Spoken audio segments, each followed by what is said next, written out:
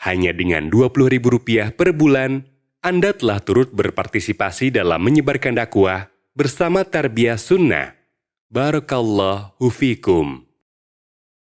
Assalamualaikum warahmatullahi wabarakatuh. Alhamdulillah wassalatu wassalamu ala Rasulillah wa ala alihi wa ashabihi wa mawalah wa man tabi'ahum bi ihsanin ila yaumil qiyamah. Wa ba'd. Alhamdulillah pagi ini kita berjumpa untuk membahas satu tema tentang pentingnya menuntut ilmu syar'i. Salah satu di antara doa yang kita panjatkan sehari semalam minimal 17 kali di momen terbaik, yaitu ketika sholat, adalah ihdinas siratal mustaqim. Ya Allah, beri hidayah kepada kami kepada siratal mustaqim. Kita akan bahas dua hal. Pertama, apa itu hidayah? Hidayah ada dua macam. Hidayah pertama dalam bentuk ilmu. Ilmu adalah hidayah. Disebut hidayatul irsyad wa dilalah. Irsyad itu bimbingan, dilalah itu petunjuk. Dan itu berupa ilmu. Ini yang pertama. Hidayah yang kedua disebut hidayah taufiq. Hidayah taufiq itu keinginan dan kemampuan untuk mengamalkan ibadah dan amal soleh. Hidayah taufiq ini hak prerogatif Allah. Allah yang kasih, manusia nggak bisa. Adapun hidayah ilmu, kita bisa mencari dan kalau sudah dapat, kita bisa berikan ke orang lain. Kita belajar ilmu berarti meraih hidayah dalam bentuk ilmu, lalu kita ajarkan berarti meng-share, membagi, memberikan hidayah itu kepada orang lain. Adapun hidayah taufik, jangankan kita, seorang nabi pun tidak bisa memberikan hidayah. Termasuk nabi kita Muhammad SAW. Allah berfirman, innaka la tahdi man ahbabta, walakin Allah yahdi man yasha. Engkau, hai Muhammad, tidak bisa memberikan hidayah kepada orang yang engkau cintai. Tapi Allah lah yang beri hidayah kepada orang-orang yang Allah kehendaki. Jadi hidayah taufik ini di tangan Allah. Makanya tak heran kalau ada nabi, anggota keluarga atau orang terdekatnya malah ingkar. Seperti Nabi Nuh dan Nabi Lut. Istri-istrinya malah kufur. Bahkan dijadikan sebagai simbol kekafiran oleh Allah dalam Al-Quran. Daraballahu mathala lilladzina kafaru imra'ata Nuh wa imra'ata Lut. Kanata tahta abdaini min ibadina salihain. Fakhanatahuma falam yughniya anhuma minallahi syai'a. Wa qila dkhulan nara ma'ad dakhilin. Allah telah memberikan perumpamaan tentang orang-orang kafir, yaitu istri Nabi Nuh dan istri Nabi Lut. Kedua-duanya di bawah tanggung jawab dua hamba kami yang soleh. Tapi dua-duanya khianat. Maka tidak ada manfaatnya sedikit pun bagi mereka berdua dan kedua-duanya masuk neraka. Wa qila dkhulan nara ma'ad dakhil. Masuklah kamu berdua ke dalam neraka bersama para ahli neraka. Tuh dua istri dari dua orang nabi. Kita tahu Nabi Nuh juga anaknya salah satunya kufur. Kita tahu Nabi Ibrahim ayahnya tukang membuat patung sesembahan. Kita tahu Nabi Musa, ayah angkatnya menjadi musuh besarnya. Siapa ayah angkatnya? Fir'aun. Jadi orang terdekat Nabi pun ada istrinya, ada anaknya, ada ayahnya. Itu ingkar. Para nabinya tidak bisa memberi hidayah taufik. Jangan pakai perasaan masa istri Nabi ke neraka. Quran tuh. Masa ayah seorang Nabi ke neraka. Itu Quran tuh. Nabi Ibrahim ya. Masa anak seorang Nabi ke neraka. Itu Quran. Jangan pakai masa-masa. Jangan pakai apa? Perasaan asa tega. Maknya keluarga Nabi masuk neraka. Jangan pakai apa? Perasaan. Termasuk Nabi Muhammad SAW orang yang paling besar jasanya kepada beliau yaitu siapa? Abu Thalib pamannya. Mati dalam keadaan musyrik, masuk ke dalam neraka. Bahkan kedua orang tua Nabi SAW dalam hadis yang sahih juga masuk ke dalam neraka. Jangan pakai masa-masa. Pakai dalil, jangan pakai perasaan. Jangan sampai perasaan mengalahkan dalil, lalu dalilnya diutak-atik atok. Jadi kesimpulannya bertolak belakang dengan dalil. Ihdina, berikan kepada kami hidayah. Hidayah apa? Dua-duanya. Baik hidayah berupa ilmu, hidayah irsyad wa dilalah maupun hidayah taufik. Berikan dua-duanya kepada kami. Hidayah menuju ke mana? Siratal mustaqim. Kemarin kita sudah menjelaskan siratal mustaqim ahad yang lalu di Selacau. Salah satu di antara makna dari siratal mustaqim itu apa? Ilmu dan amal. Siratal mustaqim artinya ilmu dan amal. Berdasarkan banyak riwayat. Salah satunya adalah ada orang bertanya kepada Amirul Mukminin Umar bin Khattab radhiyallahu anhu. Ditanya tentang makna ayat yang terdapat dalam surah Al-Fatihah ayat yang terakhir. Siratal ladzina an'amta alaihim ghairil maghdubi alaihim waladdallin. Ayat ini menjelaskan 3 golongan manusia.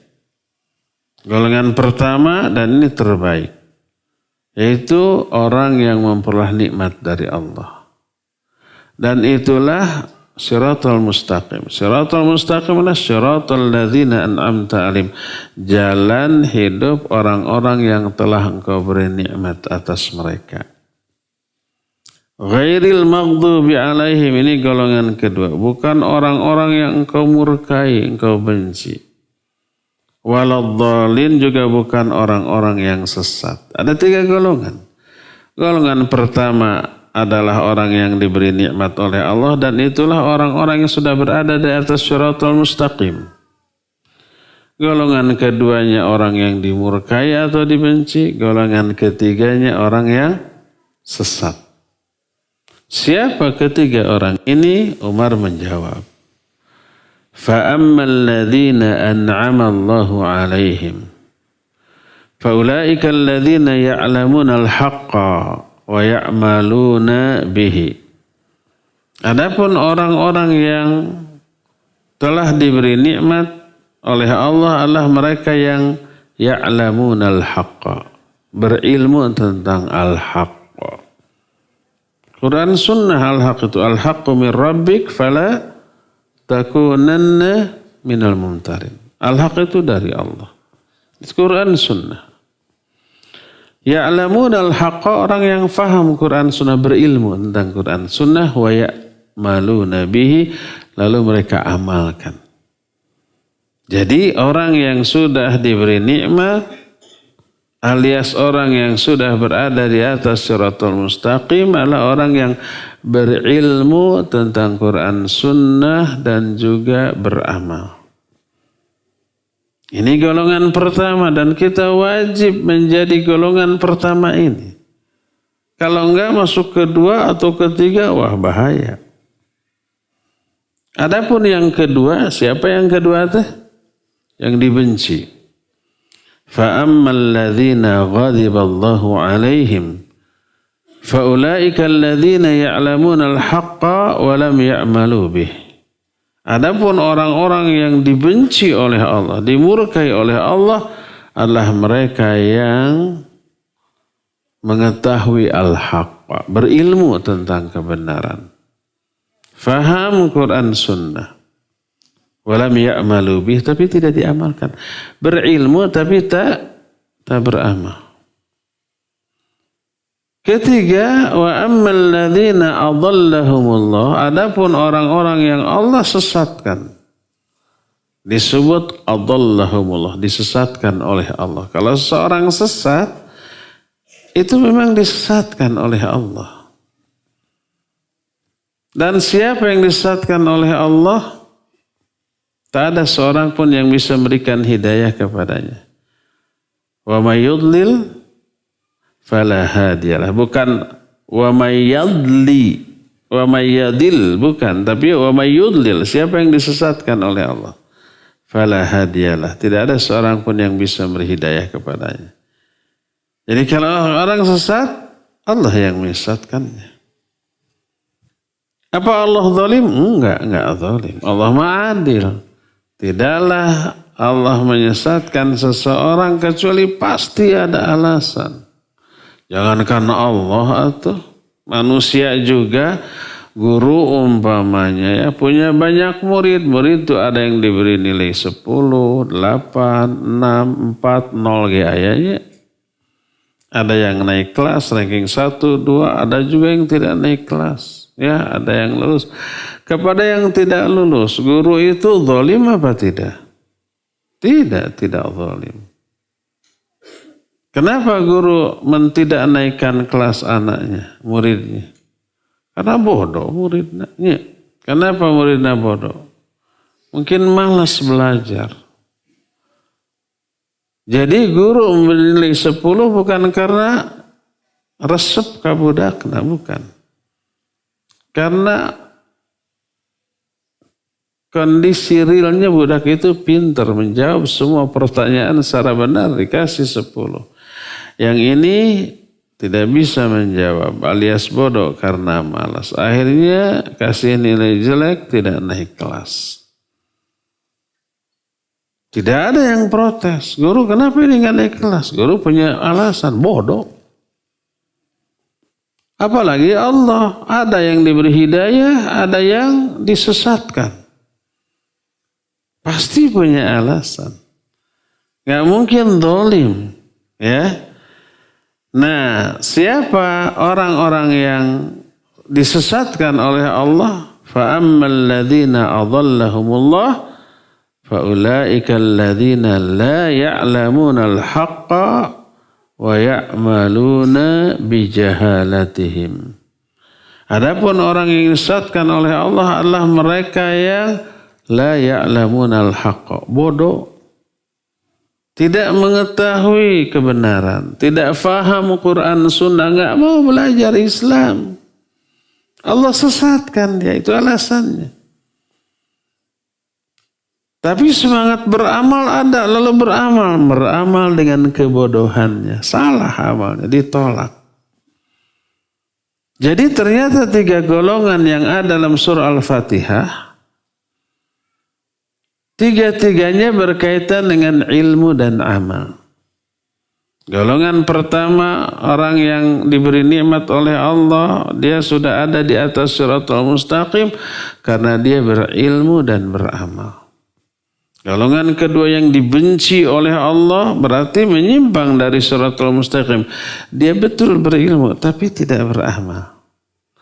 Golongan ketiga sesat tapi punya semangat ibadah, tapi kesabab bodoh ibadahnya salah. Berilmu, tidak berilmu alias bodoh walaupun beramal, beramalnya dengan kebodohannya. Kita lihat ternyata untuk bisa selamat dari dua golongan yang kedua ini kita harus memiliki dua, ilmu dan amal. Dari sinilah kita mengetahui betapa pentingnya memahami ilmu syar'i. Agar kita berada di atas syiratal mustaqim, kan itu yang kita minta ya. Ihdinas syiratal mustaqim maknanya ya Allah, berikan kepada saya ilmu dan berikan kepada saya hidayah untuk mengamalkan ilmu itu. Itulah syiratal mustaqim. Kita minta ihdinas syiratal mustaqim, minta ilmu, minta hidayah untuk mengamalkan ilmu tersebut. Dan itu salah satu ikhtiar syar'i. Barengi dengan ikhtiar hissi. Apa ikhtiar hissinya? Ikhtiar hissinya belajar. Sama dengan ya Allah beri saya rizki, ya Allah beri saya rizki. Tapi tidur. Ucang angge, nangkep hariku, nanggai gado, ngahewat gitu.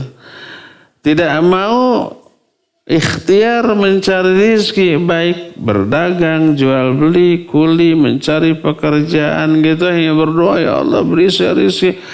Damual murag ti langit atau rizki tanya. Gak ada kasusnya Allah beri saya rizki. Sakarung tah. Dolar, gak ada yang seperti. Kalau ada yang ngaku begitu langsung tuduh bohong gitu. Gak ada cerita. Nabi juga gak gitu-gitu amat. Jadi ketika kita berdoa minta rizki, itu salah satu usaha yang bagus. Ikhtiar syar'i. Memang disyariatkan untuk berdoa minta rizki. Tapi ikuti dengan ikhtiar hissi. Nanti Allah mudahkan. Keluar rumah mencari rizki, gimana saja caranya asal hal, Allah nanti mudahkan bertemu dengan orang yang bisa memberikan pekerjaan dan seterusnya. Begitu juga, ya Allah beri saya ilmu, ihdinas syiratal mustaqim. Lalu ikhtiar hissinya harus dilakukan. Yaitu belajar. Siapa yang berdoa minta ilmu lalu dia keluar untuk belajar, Allah akan mudahkan. Ini lafadznya berbeda-beda. Ada yang dengan lafadz man kharaja min baitihi yaltamisu fihi ilman. Ada yang dengan lafadz man salaka tariqan yaltamisu fihi ilman sahalallahu lahu bihi tariqan ilal jannah. Siapa orang yang keluar rumah atau menelusuri suatu jalan untuk mencari ilmu, Allah akan mudahkan dia jalan menuju surga. Allah bantu. Allah mudahkan. Asal ada ikhtiar. Jadi kita berdoa ihdinas syiratal mustaqim minimal 17 kali sehari semalam dalam sholat. Kalau dengan sholat sunat lebih lagi kan. Itu doa meminta ilmu dan hidayah untuk mengamalkan ilmu itu barengi dengan ikhtiar real yang nyata, yaitu belajar. Baik mondok pesantren atau ikut halakoh ilmu, ikut kajian seperti ini dan seterusnya.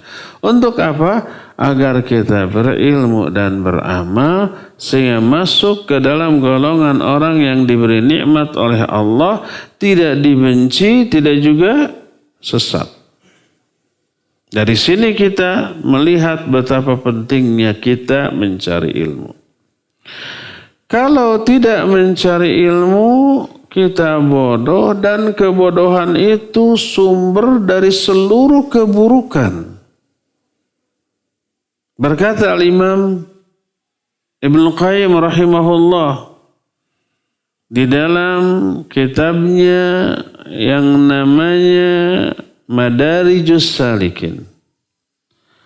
Beliau menyatakan, ma min madhin fil Qur'an illa wa huwa min thamratil ilm. Wa ma min dhammin fil Qur'an illa wa huwa min thamratil jahl. Tidak ada satupun pujian dalam Al-Quran kecuali itu buah dari ilmu. Allah dalam Al-Quran memuji orang beriman, orang bertakwa, orang berbuat kebaikan, orang beramal soleh, dipujikan oleh Allah. Kenapa? Kenapa mereka jadi orang beriman, jadi orang bertakwa? Itu karena ilmu. Karena ilmu dia bertakwa. Tak mungkin bertakwa tanpa ilmu. Abu Darda radhiyallahu an menyatakan, dalam kitab Sunan Ad-Darimi dengan sanad yang sahih, Abu Darda menyatakan, la takunu taqiyan hatta takuna aliman. Kamu gak mungkin jadi orang bertakwa sebelum kamu berilmu. Untuk jadi bertakwa harus berilmu. Kalau bodoh gak mungkin jadi orang bertakwa. Gimana bisa orang bodoh jadi takwa? Karena orang takwa itu melaksanakan semua perintah Allah, menjauhi semua larangannya. Untuk bisa melaksanakan perintah Allah butuh ilmu apa tidak? Ya iya butuh ilmu. Apa saja perintah, apa aja larangan, butuh ilmu. Ini perintahnya gimana cara melaksanakannya? Butuh ilmu itu. Tanpa ilmu gak mungkin bisa melaksanakan. Jadi takwa hasil dari ilmu. Iman hasil dari ilmu. Amal soleh hasil dari ilmu. Kesabaran hasil dari ilmu. Allah memuji orang sabar, orang takwa, orang beriman, orang beramal soleh. Dan itu buah dari ilmu. Sebaliknya, tak ada satupun ayat dalam Al-Quran yang mencela. Tidak ada satupun celaan dalam Al-Quran kecuali itu buah dari kebodohan. Allah mencela kekafiran dan pelakunya, orang-orang kafir. Mencela orang-orang musyrik. Mencela para ahlul bidah. Mencela juga para ahli maksiat. Semuanya itu baik. Perbuatan syirik. Perbuatan kufur. Perbuatan maksiat itu lahir dari kebodohan. Al-Quran menerangkan itu. Contoh umpamanya. Nabi Musa alaihissalatu wassalam lewat di hadapan ke sebuah tempat. Di tempat itu banyak patung-patung sesembahan yang disembah oleh kaum itu. Umat Nabi Musa ngomongnya gimana? Ij'al lana ilahan kama lahum alihah. Buatkan bagi kami satu patung sembahan saja. Seperti mereka juga punya banyak tuh patung sembahan. Minta patung sembahan ini syirik apa bukan? Syirik. Apa kata Nabi Musa? Innakum qaumun tajhalun. Dasar maraneh mah bodoh. Itu tak bahasa Jalan Semarna. Allah terangkan dalam Al-Quran surah Al-A'raf ayat 138. Qalu ya Musa ij'al lana ilahan kama lahum alihah. Qal innakum qaumun tajhalun. Mereka berkata, hai Musa, buatkan bagi kami patung sembahan sebagaimana mereka juga punya banyak patung sembahan. Musa menjawab, dasar kamu mah kaum yang bodoh. Maknanya kebodohan ini yang melatar belakangi permintaan mereka untuk berbuat syirik. Pokok pangkal dari syirik adalah kebodohan tentang hal itu. Lihat lagi surah Az-Zumar ayat 64. Ketika orang-orang musyrik datang kepada Nabi alaihissalam, yuk kita toleransi beragama. Kami akan menyembah Tuhanmu, kalian juga harus menyembah Tuhan kami. Apa jawab Allah Azza wa Jalla? Allah menyatakan, Qul afa ghairallahi ta'muruni a'budu ayyuhal jahilun. Apakah, katakan olehmu Muhammad, apakah selain Allah engkau perintahkan aku untuk menyembah wahai orang-orang bodoh? Disebut orang bodoh karena mengajak menyembah kepada selain Allah adalah kebodohan yang nyata. Sok agama lain kurang bodoh gimana atuh? Mengklaim Allah punya anak. Anaknya laki-laki. Ibunya Maryam. Kurang bodoh gimana atuh? Anaknya dikakaya, disalib. Bapana cicing wae. Antum di sini ada yang sudah punya anak? Ada banyak. Coba anak disintrek ku batur. Gimana tindakan kita? Wani mah ka bapana. Gitu kan? Parijeng teu wani. Ini disalib kemudian dan seterusnya. Si viral kayak disomasi deh. Demikian juga kemaksiatan seperti yang terjadi pada diri kaum Nabi Lut. LGBT. L-nya apa? Lesbian, akhwat, perempuan. G-nya gay, laki-laki. B-nya bete.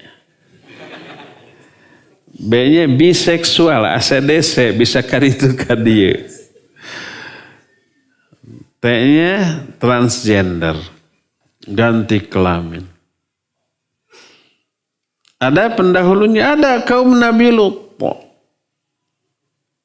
Dan yang menjadi penyebab mereka terjerumus ke dalam LGBT adalah kebodohan. Allah menjelaskan itu dalam Al-Quranul Karim. Dalam surah An-Naml 54-55 Allah menyatakan waluta idh qala liqaumih ata'atuna al-fahishata wa antum tubsirun a'innakum lata'atuna ar-rijala syahwatan min dunin nisa bal antum qaumun tajhalun.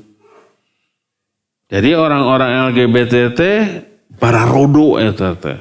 Kata Al-Qur'an, ceritakan oleh kalian tentang Lut.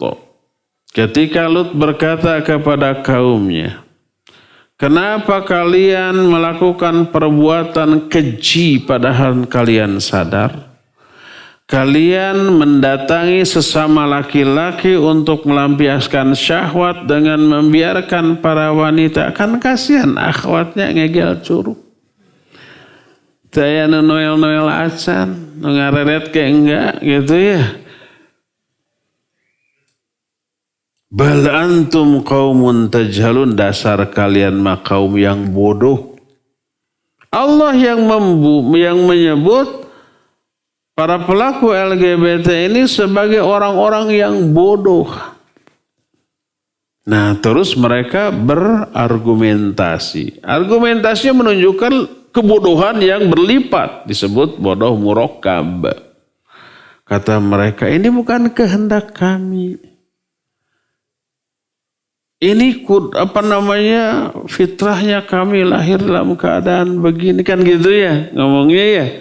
Kami juga ingin normal seperti kalian, kan gitu. Ngaku teh normal tah. Disangkanya kalau ada keinginan secara naluriah seperti itu dianggap legal, boleh dan benar. Coba jawab, kan ngomongnya kayak gitunya mereka para LGBT teh. Kita oleh Allah juga diberikan naluri. Kecintaan kepada wanita, anak-anak, harta, dan seterusnya kan. Zuyyina linnasi hubbus syahawati minan nisa wal banin wal qanatiril muqantarati minal zahabi wal fiddah. Dan seterusnya.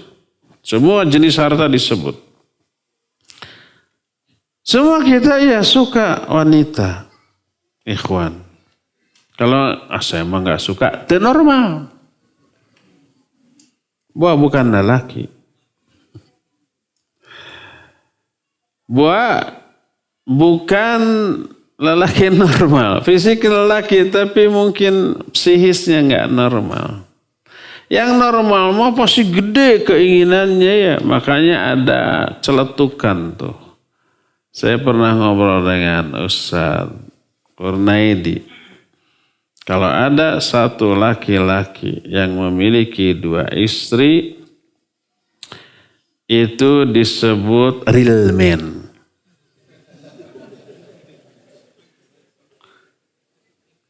Kalau 3 istri, gentleman. Kalau 4 istri, superman. Kalau hanya 1 istri, cemen. Kalau nggak punya 1 pun, no comment. Di sini kebanyakan yang mana? Cemen dan no comment. Ada yang real man di sini. Jadi loh pohon deh gimana tadi? Kalau laki-laki itu normal pasti suka kepada wanita, anak-anak, harta dan seterusnya. Tapi karena apakah? Karena suka itu bebas. Setiap wanita yang disuka gabres gitu. Setiap harta yang diinginkan ambil semua. Apakah begitu? Enggak. Ada mekanisme. Ada prosedur. Kalau ingin menyalurkan syahwat kepada wanita secara legal dari tuntunan syari, nikah. Silakan. Mau jadi real man, mau jadi gentleman, mau jadi superman, kalau nggak mampu cemen nggak apa-apa. Gitu. Kan gitu. Demikian juga pada harta, kalau mau harta ya berusaha dengan usaha yang legal, yang halal. Nggak bisa sembarang mencari harta dengan cara semau-maunya, nggak boleh. Walaupun kita diberikan naluri untuk mencintai semua itu, ada aturan, ada mekanisme, ada prosedur yang ditetapkan oleh syar'i. Kalau ternyata aturan prosedur itu tidak dibolehkan, jangan dilalui. Jangan riba, jangan mencuri, jangan menipu, jangan yang diharamkan, jangan berjudi, seperti jangan. Cari cara lain. Kalau semuanya itu tertutup, berarti ada kelainan. Seperti umpamanya ada naluri suka kepada sesama jenis. Cari, ada nggak cara yang dibolehkan oleh syariat untuk melampiaskan syahwat ke sesama jenis secara halal? Ternyata nggak ada. Berarti ini kelainan. Dan itu bisa disembuhkan. Para ahli psikis, psikiater, psikolog, dokter semua menyatakan bisa disembuhkan dan banyak kasus disembuhkan. Ini mah yang ngeyel mah tetep kekeh bedegong bedang wangkelang tekapalang. Ya. Kudu dikemplang. Jadi ternyata mereka ini kata Al-Quran bodoh, bal antum qaumun tajhalun. Lihat para wanita. Kalau di rumah tidak pernah berdandan untuk suaminya, mandi juga tidak. Sampai pas suaminya berpapasan itu harus nahan nafas. Tapi kalau mau keluar ke undangan, mau shopping, baru mandi. Sajam mandi lagi. Segala diterapkan. Agar kelihatan cantik, menor, seksi, dalam pandangan lelaki lain di luar. Tabarruj namanya. Itu wanita bodoh. Kata Quran. Jangan salahkan saya. Yang paling apa? Konyol atau apa? Terserah paling apa. Itu dilakukan ketika mau ngaji. Pengajian menjadi ajang pamer. Konon di Jakarta begitu tuh. Jadi kalau pakai jilbab, pakai tas itu yang branded. Harga satu tasnya seharga mobil. 500 juta, 600 juta. Mobil mewah. Bukan mobil ecek-ecek. Bukan odong-odong. Itu tasnya itu. Belum jilbabnya. Belum sepatunya. Belum ininya. Arlojinya. Arloji saya ini berapa, tahu enggak? Ini mahal. Ya. Bagi yang beri, untuk saya gratis. Dikasih. Rajin punya dikasih. Gitu. Alhamdulillah. Bagus ini. Yang ngasih seorang hakim. Nah, jadi ajang pengajian dijadikan ajang pamer. Tabarruj namanya. Allah menyatakan, وَقَرْنَ فِي بُيُوتِكُنْ wala tabarrajna tabarrujal jahiliyatil ula.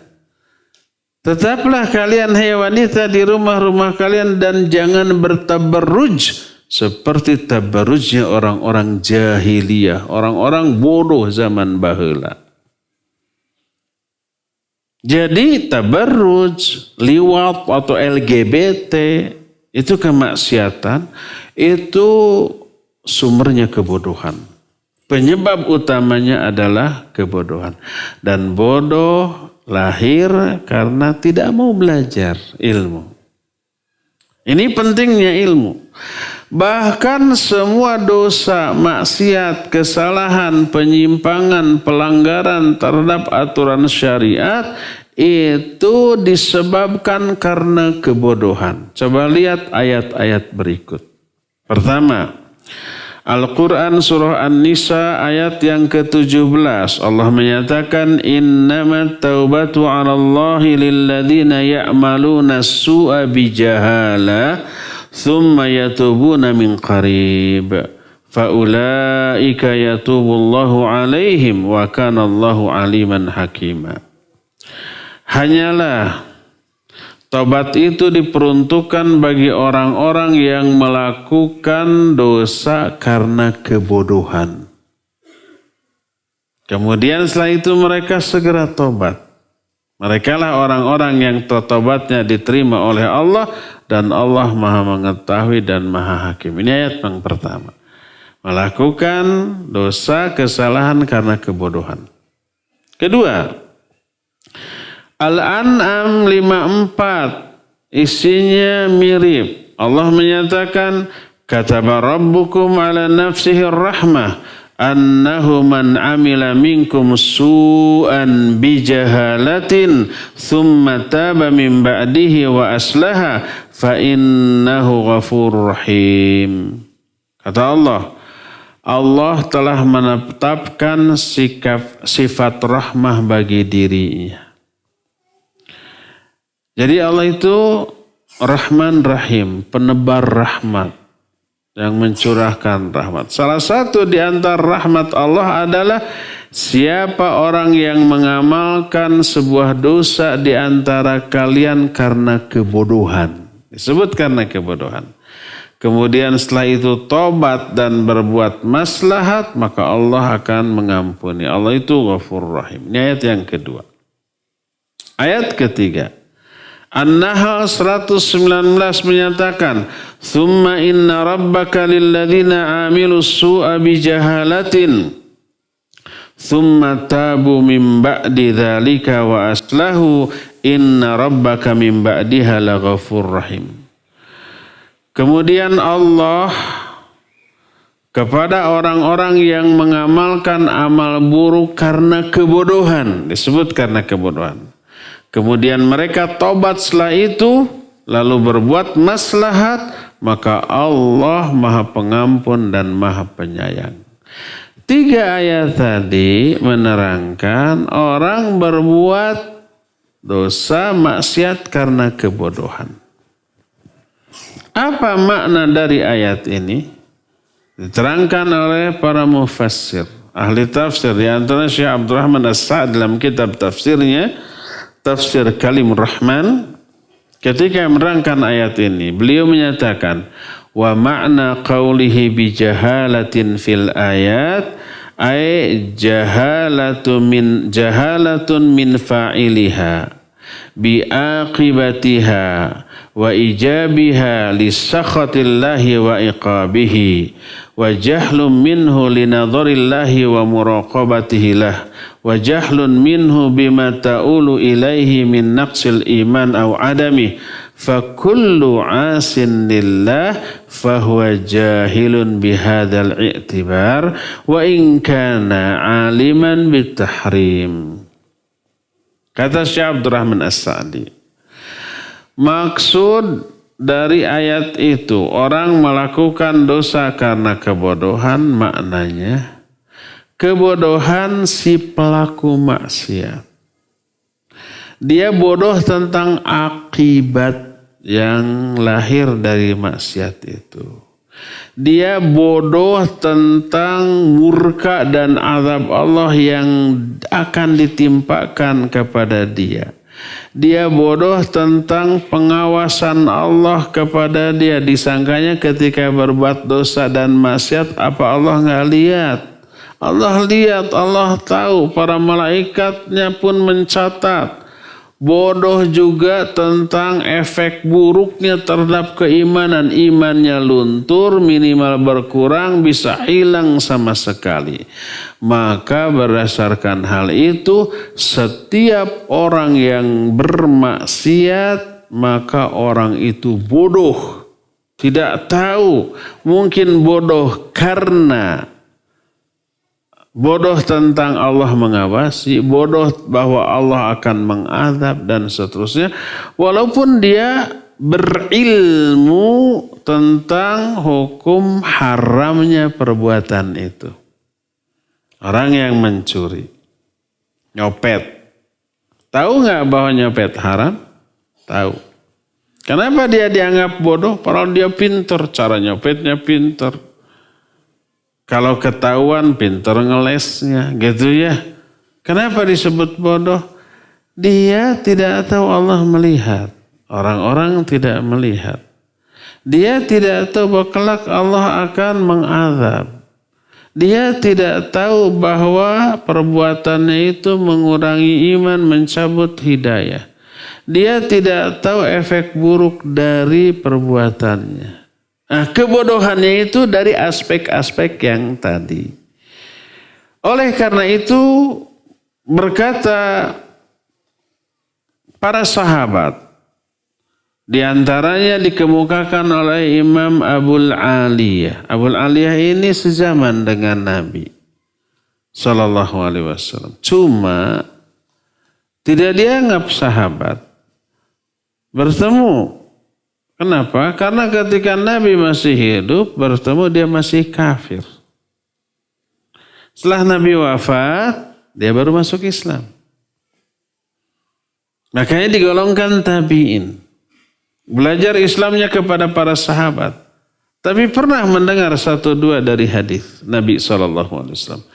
Berkata Imam Abu Aliyah, annahu kana yuhaddithu anna ashaba Rasul sallallahu alaihi wasallam kanu yaqulun kullu dzambin asabahu 'abdun fahuwa bijahalatin. Kata Abul Aliyah, dia berbicara bahwa seluruh sahabat Nabi berkata, semua dosa yang dilakukan oleh seorang hamba itu karena kebodohan sang hamba. Juga berkata Qatadah. Qatadah juga termasuk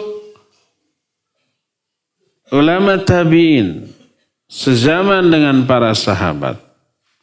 Dia berkata, ijtama ashabu Rasulillah sallallahu alaihi wasallam fara'au anna kulla syai'in usyallahu bihi fahuwa jahalah amdan kana aw ghairah.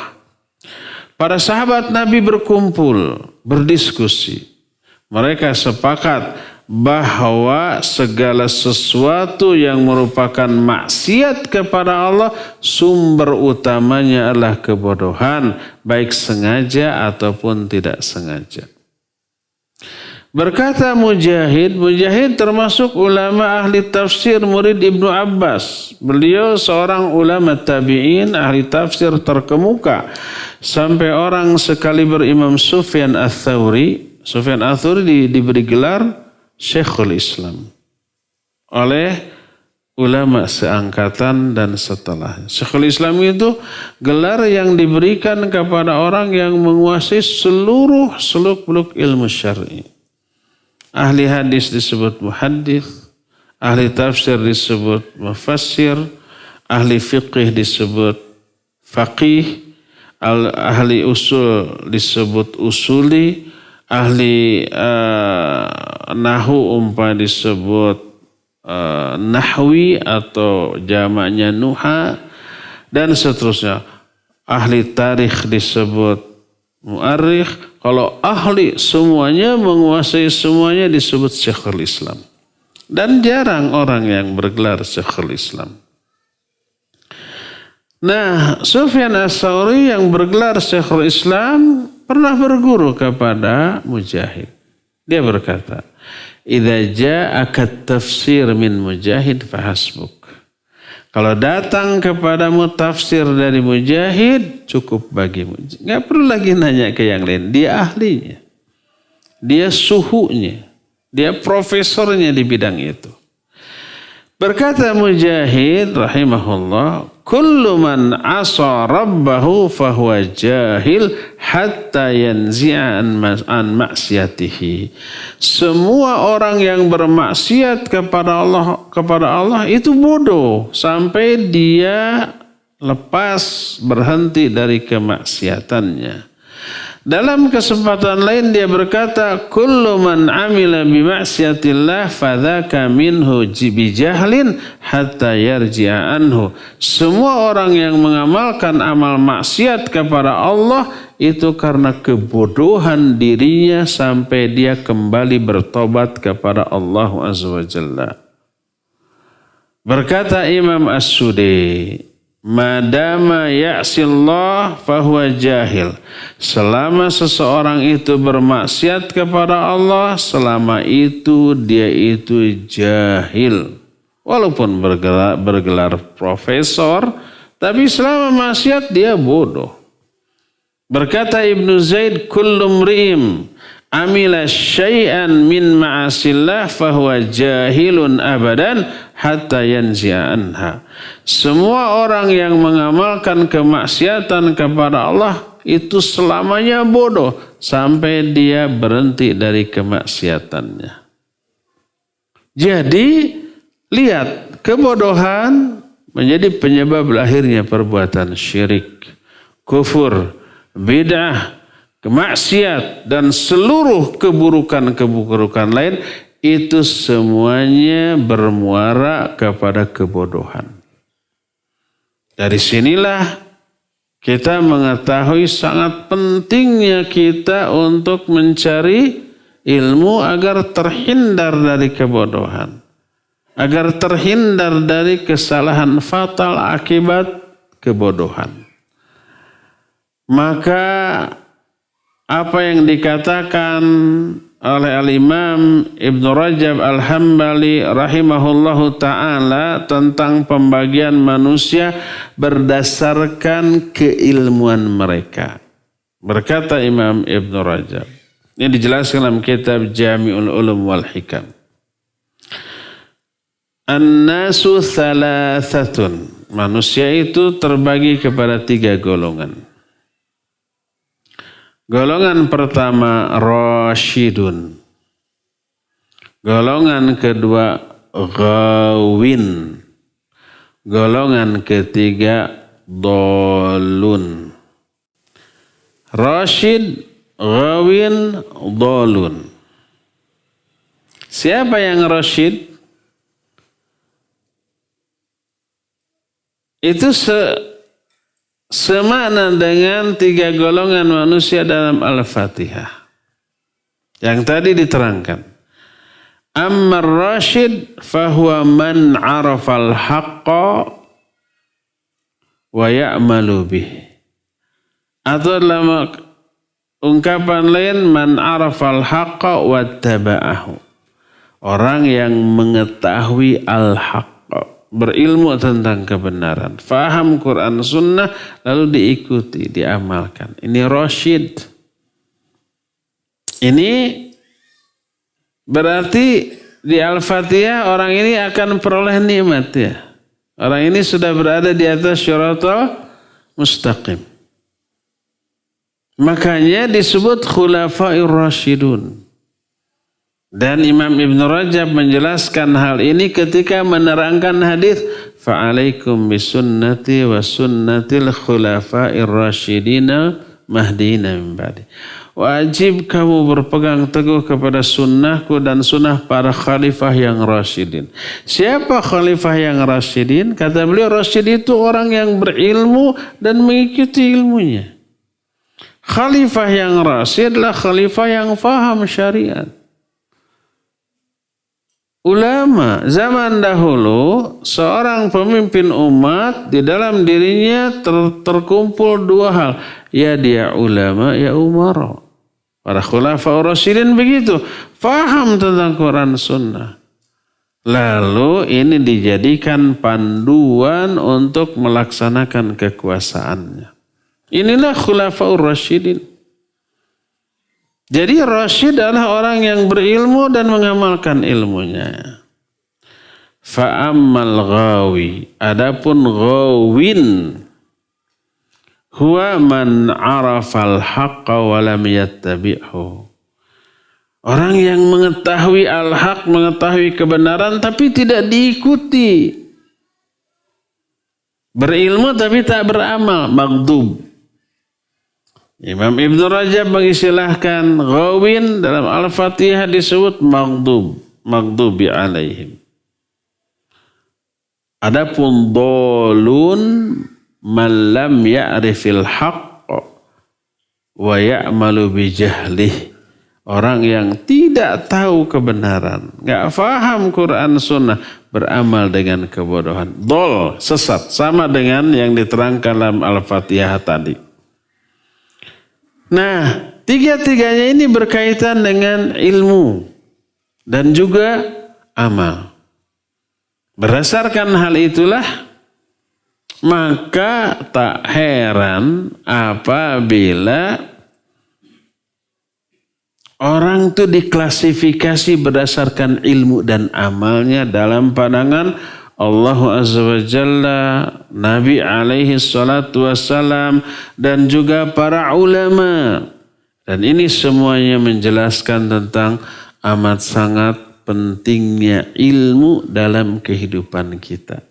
Agar terhindar dari kesalahan diakibatkan karena kebodohan kita. Ya. Inilah penjelasan ringkas tentang materi yang kita bahas. Cukup 1 jam saja. Di atas 1 jam, maka penjelasan selebihnya dikhawatirkan terlupakan atau tidak masuk. Ibarat gelas, sudah penuh, diisi terus, apa yang terjadi? Luber terbuang. Ya, bisik itu ini sudah penuh 1 jam semuanya. Tinggal dikosongkan, diuyup heula gitunya. Setelah itu nanti diisi lagi dalam bentuk tanya jawab. Kita akan masuki sesi tanya jawab. Dipersilakan yang mau bertanya untuk mengajukan pertanyaan baik ngacung ataupun lewat tulisan. Syaratnya dilarang keras bertanya dengan pertanyaan yang susah dijawab.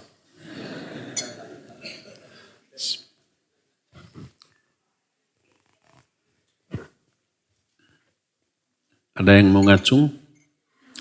Ada mic enggak? Ahwat mah pakai tulisan aja ya. Bismillah, Assalamualaikum warahmatullahi wabarakatuh. Assalamualaikum warahmatullahi wabarakatuh. Ustadz, Ana mau izin bertanya soal perkara tahlilan kematian. Kalau Ana di saat suatu kondisi keluarga besar itu sudah Ana terangkan bahwa tahlilan itu dilarang dalam Islam. Dan suatu saat keluarga itu tetap melaksanakannya. Dan di keadaan itu pun Ana sudah menjelaskan malah banyak mafsadat yang lebih besar.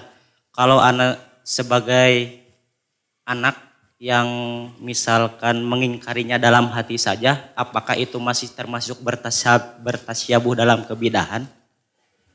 Jazakumullah khairan, barakallahu fikum.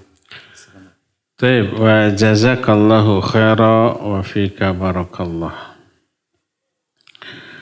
Kalau keluarga kita mungkin ayah atau ibu atau kakak, atau yang lebih jauh mungkin paman atau bibi, uak, atau alo, keponakan atau suan,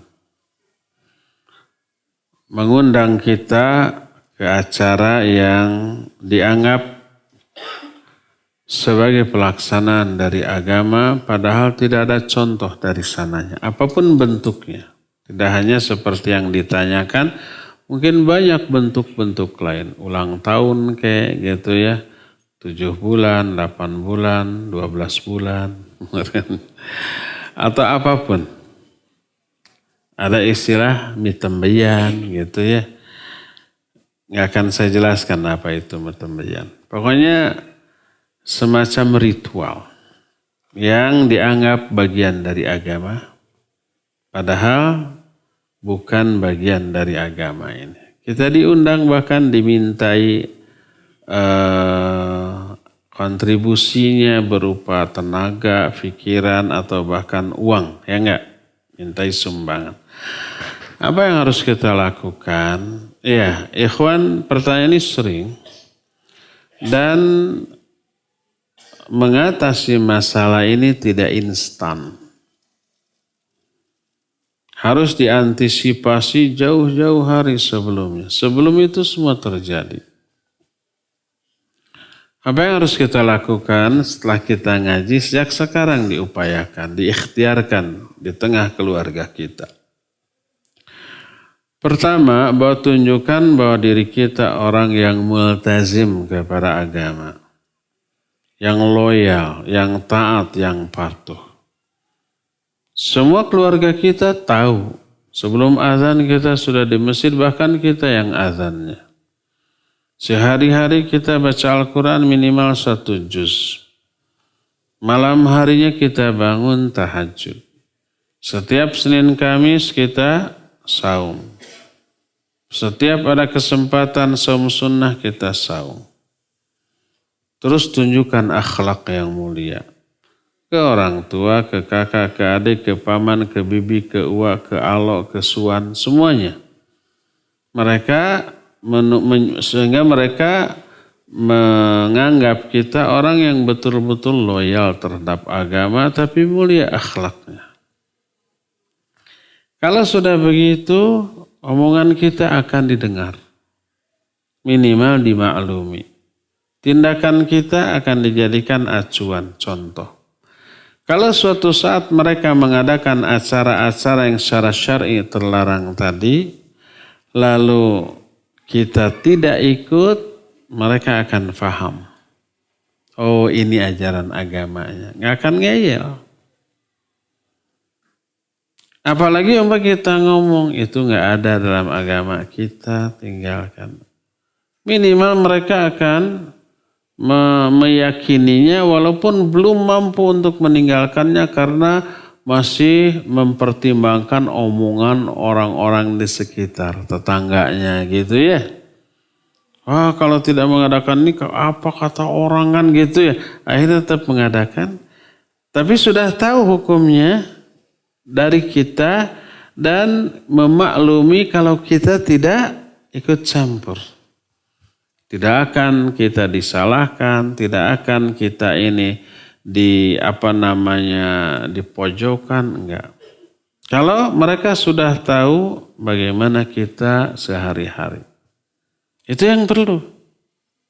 Tapi kalau sehari-harinya kita tidak begitu ya, sholat subuh gitu, sudah azan baru nguliat, sudah qomat baru ke air, nagog heula, setengah genep baru sholat umpama di rumah ya. Jangan saum sunat nggak pernah kelihatan, baca Quran nggak pernah kelihatan, ngaji suka sering. Ya, akhlaknya buruk, ke orang tua nggak pernah bantu-bantu, ke kakak, ke adik juga nggak bagus ya akhlaknya, apalagi saudara yang lain. Pas mereka mengadakan acara yang seperti itulah kita katakan bid'ah, wah dasar teroris, kan gitu. Dasar ekstremis, dasar wahabi. Ya pasti begitu. Karena apa? Karena selama ini kita tidak menjadi tauladan bagi kita. Jadi intinya tetap kita dakwah, sampaikan semampu yang kita bisa. Selebihnya tinggal mensiasati bagaimana caranya agar tetap tidak terlibat dengan tetap menjalin hubungan baik. Di luar acara itu tetap kita bantu mereka, kita silaturahmi kepada mereka gitu ya. Wallahu a'lam bishawab. Kahwat dulu.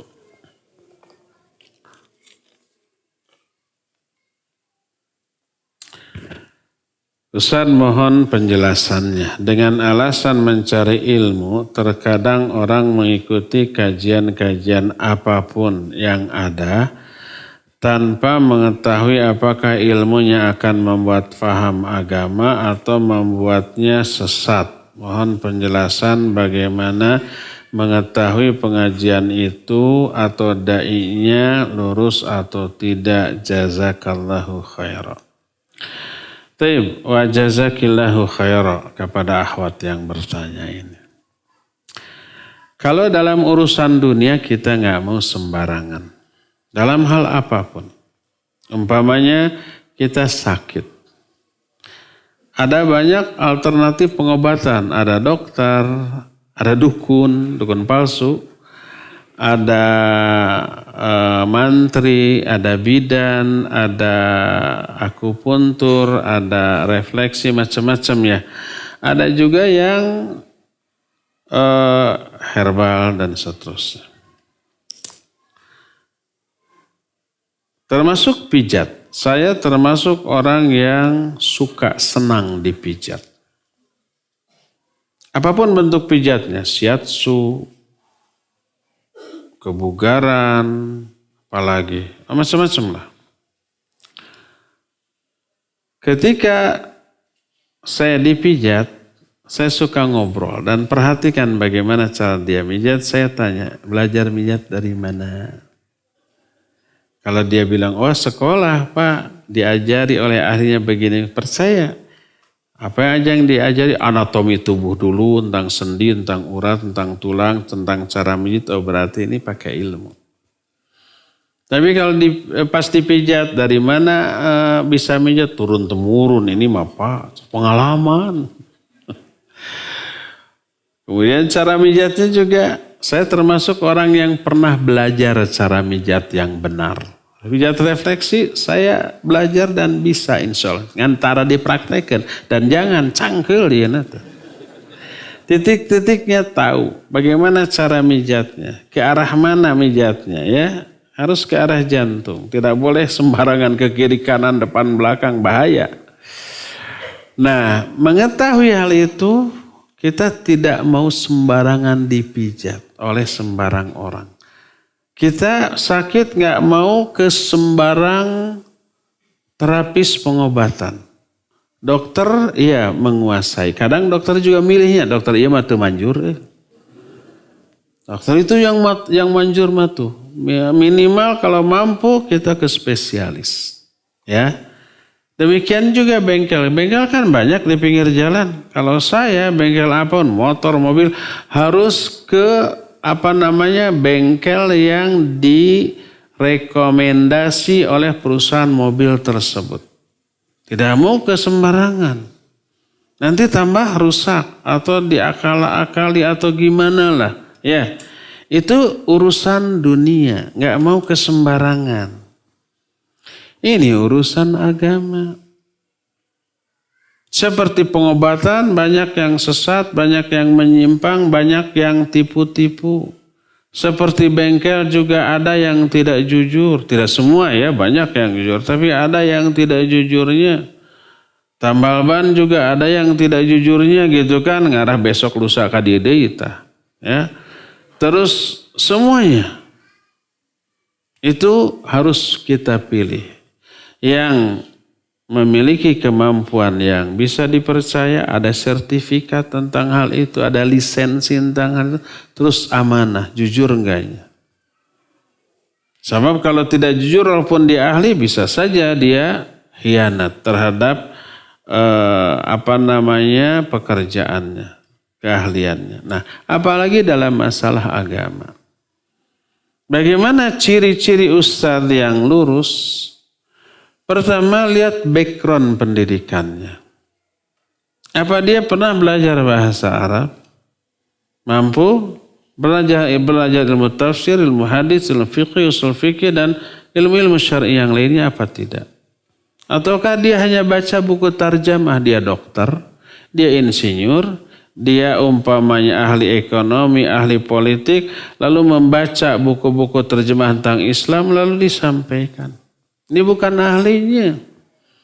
Pilih yang memiliki background pendidikan agama, baik universitas Islam ataupun pondok-pondok pesantren. Ini yang pertama. Jangan hanya belajar ke ustadz yang hanya baca buku terjemahan. Tidak bisa bahasa Arab. Kadang ada ustadz pas baca ayat, baca hadis, kelihatan tajwid makhrajnya juga nggak benar ya. Baca Qur'annya aja nggak benar nih, apalagi bahasa Arabnya. Nggak akan bisa dia. Jangan belajar kepada yang seperti itu. Itu bisa sesat dan menyesatkan. Ya, itu pertama, lihat background pendidikannya. Nah, yang kedua, lihat manhaj. Manhaj itu thariqatul faham lil kitab was sunnah. Cara memahami kitab dan sunnah. Mungkin dia background pendidikannya universitas Islam atau pesantren. Tapi cara dia memahami Islam itu seperti seorang ulama mujtahid mutlak. Ambil ayat, menurut saya ayat ini tafsirannya begini. Ambil hadis, menurut saya hadis ini begini. Padahal dia bukan ulama, dia hanya ustadz. Ini berbahaya juga. Karena apa? Memahami suatu ilmu dengan alat yang tidak memadai. Ijtihad itu ranahnya para ulama mujtahid, bukan ranahnya para ustadz. Itu yang kedua nih. Kalau dia ijtihad sendiri di dalam menerangkan ayat, menerangkan hadis, menerangkan suatu masalah agama berdasarkan pendapat fikirnya sendiri, singkirkan, jangan didengar. Dia bukan ahlinya.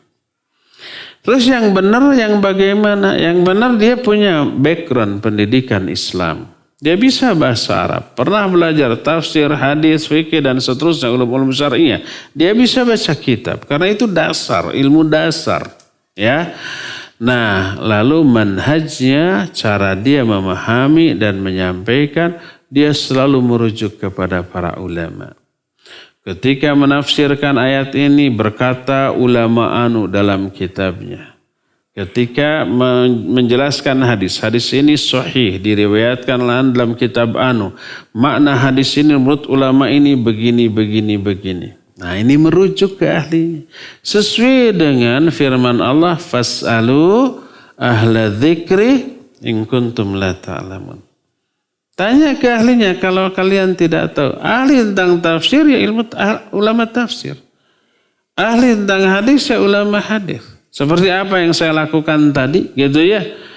Apalagi rujukan saya menjelaskan ini dari sebuah kitab yang disusun oleh ulama juga. Nah, tadi diterangkan. Ketika menerangkan ini berkata para mufassir, diantara Syekh Abdul Rahman As-Sa'di menyatakan begini. Mengutip pendapat para sahabat dan ulama tabi'in. Ketika menerangkan hadis ini, saya kutip hadis ini riwayat siapa dalam kitab apa, sahih atau tidak. Terus berkata Imam Ibn Rajab dalam kitab tadi, Jami'ul Ulum wal Hikam, ketika menafsirkan. Nah, seperti itu.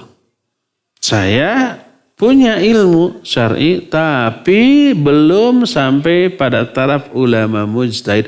Nggak berani ijtihad, nggak berani menyatakan ayat ini menurut saya begini. Enggak, emang saya siapa? Saya bukan ahli tafsir. Hadis ini menurut pemahaman saya begini. Mentang-mentang pernah belajar hadis, mentang-mentang bisa bahasa Arab, lalu berhak mensyarah hadis, enggak, bukan ahlinya. Makanya lebih selamat apabila mengutip ahlinya. Hadis ini menurut ulama ini dalam kitab ini begini, itu ahlinya ya. Itulah yang harus kita ikuti.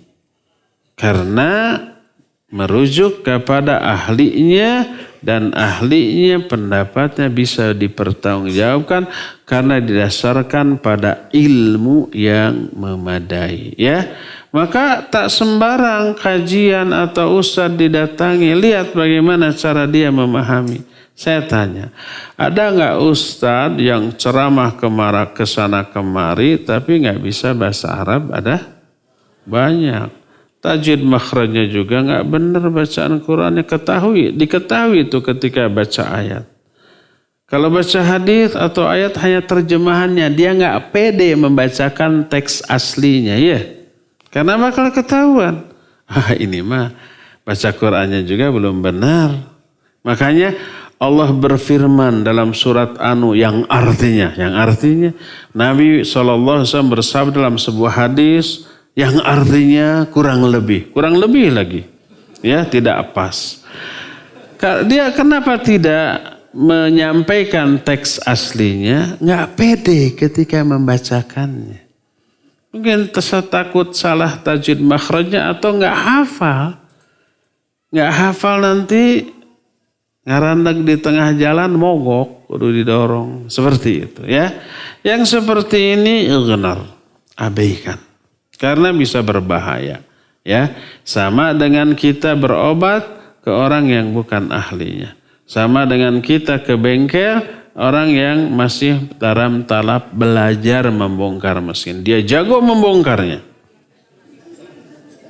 masangnya yang nggak bisa, ya. Seperti itu. Wallahu a'lam.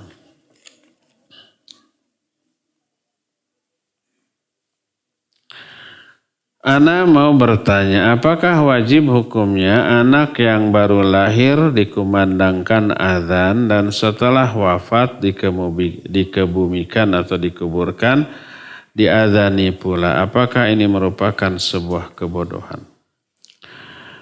Tentang mengazankan bayi ada hadisnya.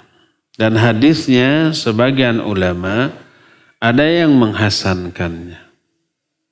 Seperti Syekh Al-Albani rahimahullah ta'ala dalam kitab Irwaul Ghalil menyatakan hadis Nabi mengadzankan Hasan dan Husain disebut Hasan insyaallah dan boleh diamalkan.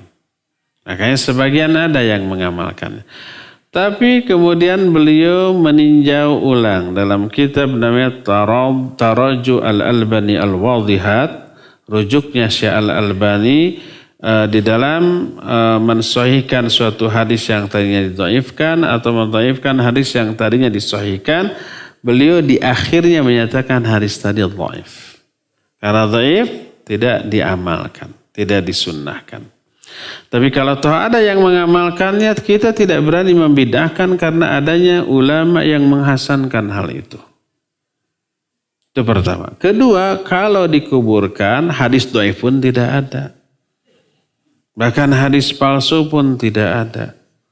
Yang mengadzankan orang ketika diapakan? Dikuburkan, tidak ada. Atau ketika orang mau berangkat naik haji, pas mau berangkat adzan gitu ya. Itu disebut dengan sebutan bid'ah idhafiyah. Arti bid'ah idhafiyah adalah amalan yang disyariatkan tapi dilakukan bukan pada tempatnya atau pada waktunya. Adzan disyariatkan apa tidak? Disyariatkan. Untuk apa? Manggil sholat.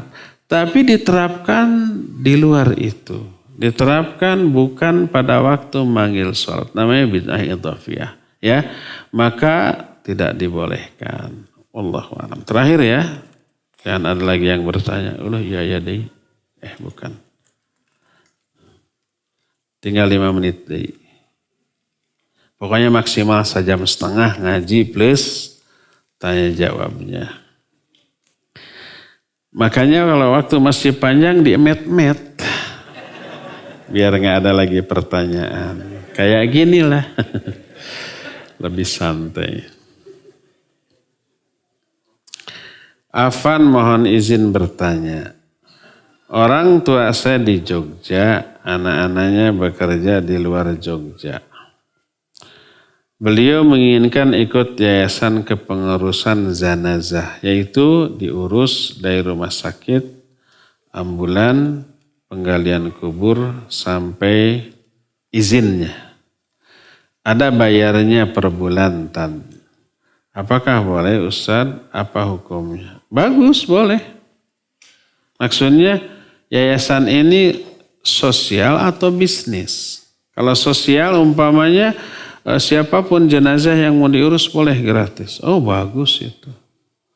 Dari mulai memandikan, kemudian mengkafani, ya, menyolatkan silakan. Nanti kita kuburkan, diangkut sama ambulan ke kuburannya, bagus.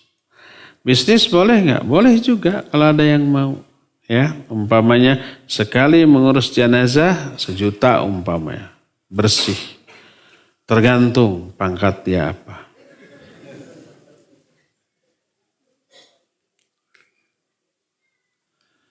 Terakhir, ini benar-benar terakhir.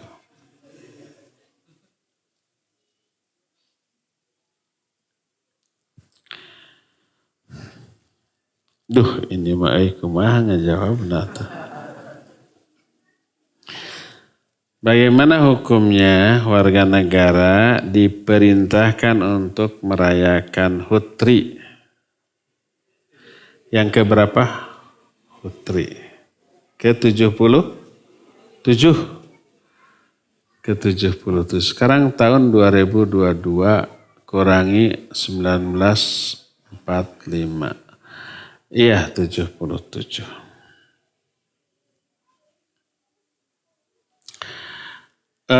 Pertama, Nabi SAW mengadakan hiburan, menghibur warga kaum muslimin itu pada waktu Idul Adha. Dulu di Selacau pernah hanya sekali.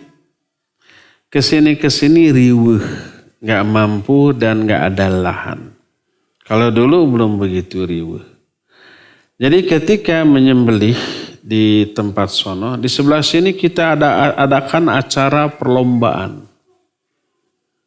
Lomba yang menghibur, termasuk tarik tambang, ya tarik tambang.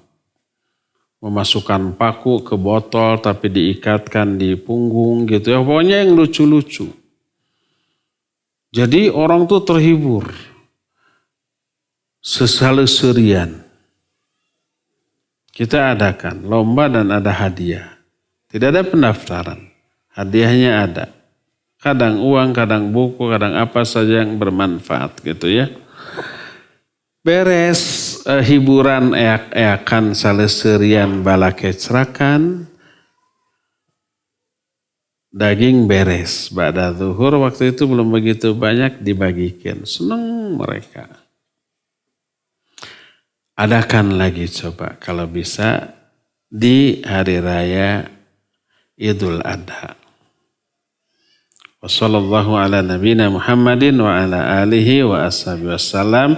Mudah-mudahan Allah Azza wa Jalla akan mempertemukan kita kembali di masa yang akan datang. Assalamualaikum warahmatullahi wabarakatuh.